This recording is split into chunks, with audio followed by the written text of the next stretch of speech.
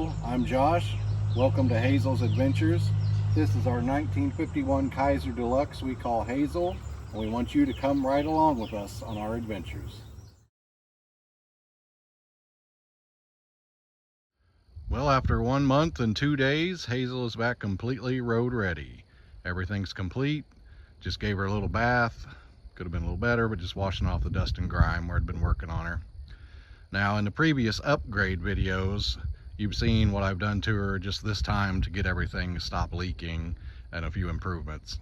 But no one really has ever seen what I've done since I got the car and everything I've done. So we're going to go over that today. This will be the last one of me talking, and then we'll be back to driving videos after this. So we're going to go over with what I've done so far completely, and you'll get a good idea of what it takes to do this. Now, if you don't like things being done cheap, and you shouldn't listen. Some car people are kind of get a little irritated when they know of everything I've done to the car. I am not a rich man. I've done what I can as cheap as possible to keep this classic car on the road, and it still turns head and people still ask lots of questions. So if that's the means you have to do it, don't look down on anybody that's all they got. So we'll start with when I got her. She looked like this.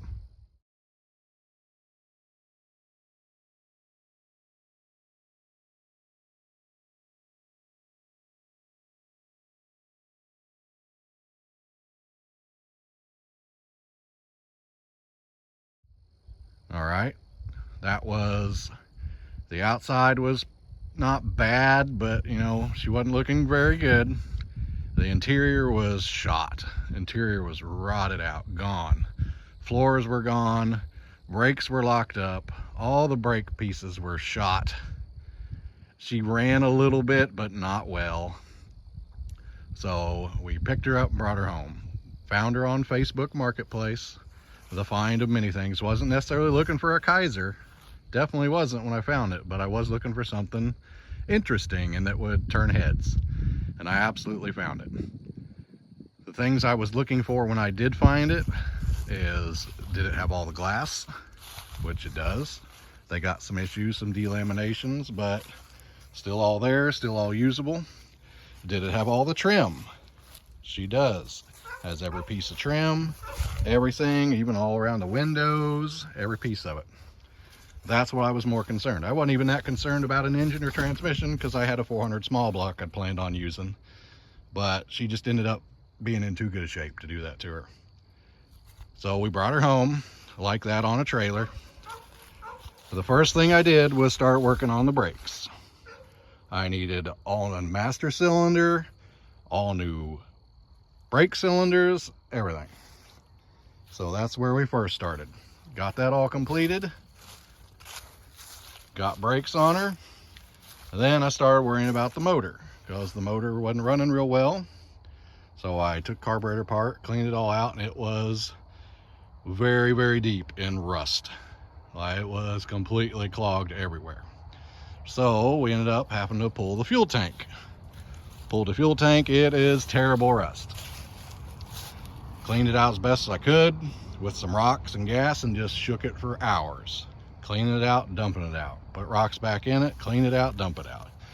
Did that over and over till it got as clean as possible. Cleaned the carburetor and she started running great. It does have an electric fuel pump that was on there previously because the regular fuel pump didn't work, but now it has a filter after, has a filter before, and there's actually down here, we still have the sediment bulb on there. So that's even another thing to catch anything before it goes into the carburetor. So that we all got her, and it got her running pretty good. Then she was somewhat drivable, had brakes, ran great, shifted but still leaked everywhere, but was still move okay. But then it came to the looks. Like I mentioned before, the interior was shot. It looked terrible, it smelled terrible. So everything had to have been gutted. Pulled everything out of the whole car. When I did that, found there was no floorboards left in the front.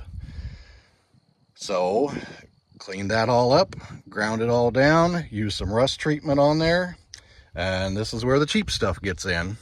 You can still get floor panels for these cars, but they're expensive. What I did, I used a small utility trailer from like you would get at Lowe's or Menards. That's the metal I used for the floor.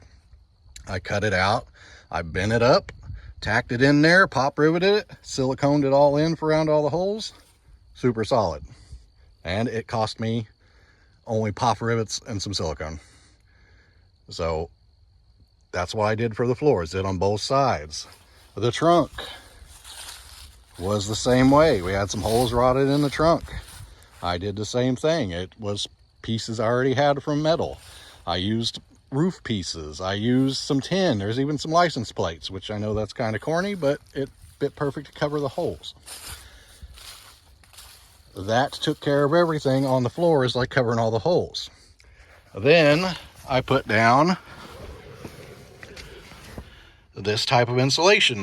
That's all except for right here, because I need this spot to access parts for the transmission. That's why this carpet flap is here. But I put all that insulation on the floor on top of all my repairs. That I also got for free from someone that just gave it to me. That insulation's under all the floors. That insulation's in the roof.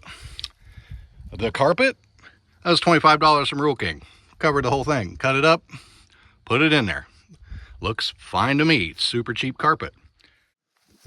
So these seat covers, we bought the fabric for this, the doors, everything. We went to Jo-Ann Fabrics, got super cheap sale fabric, whatever we thought would work best.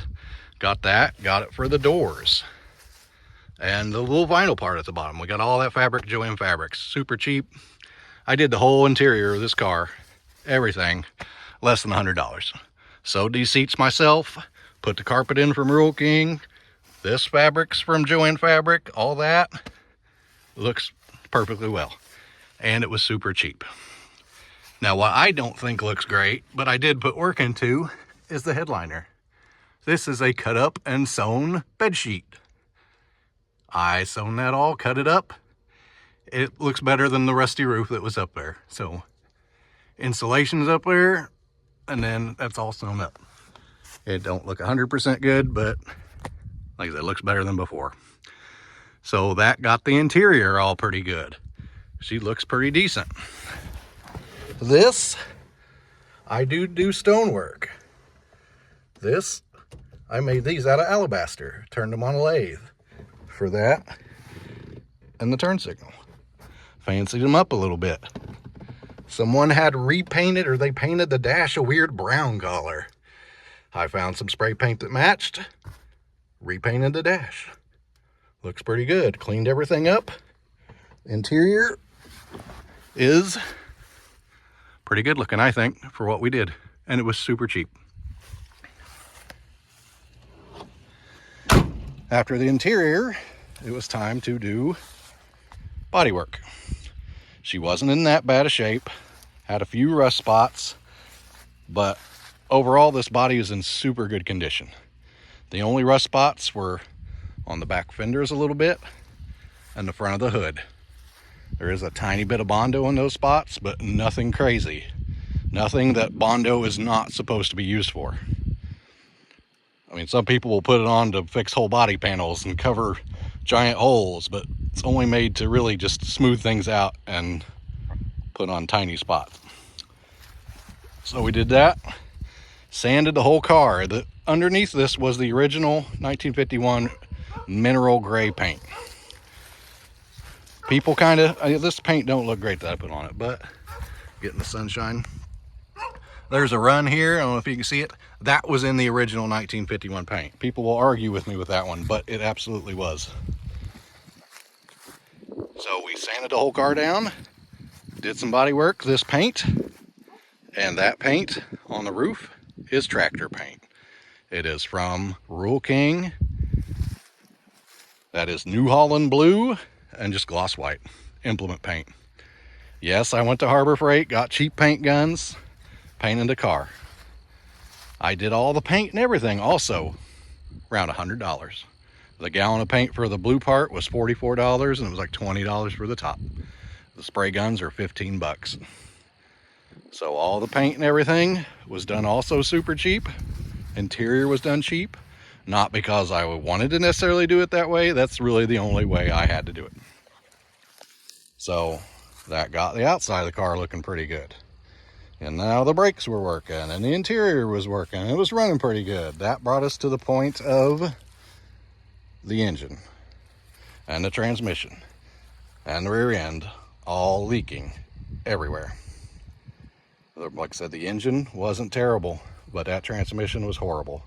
I hated when we'd take it to car shows and I'd be killing grass, leaving puddles. That's not cool. So that brought up to all these previous videos of everything, of the rear end getting finished, the transmission getting finished, the engine. But now everything is pretty much back together. I don't have my hose right there on my heater core, but I'm not concerned about that at the moment. So, and what we did, if we remember, we pinion seal, and then we just siliconed the gasket on the end of that. Transmission got all new gaskets, engine got all new gaskets, the transmission got a new pilot bearing, the engine got new motor mounts. I just put those in recently, and I just filled up all the fluids completely, made sure everything was good today, and we are back to 100% Hazel.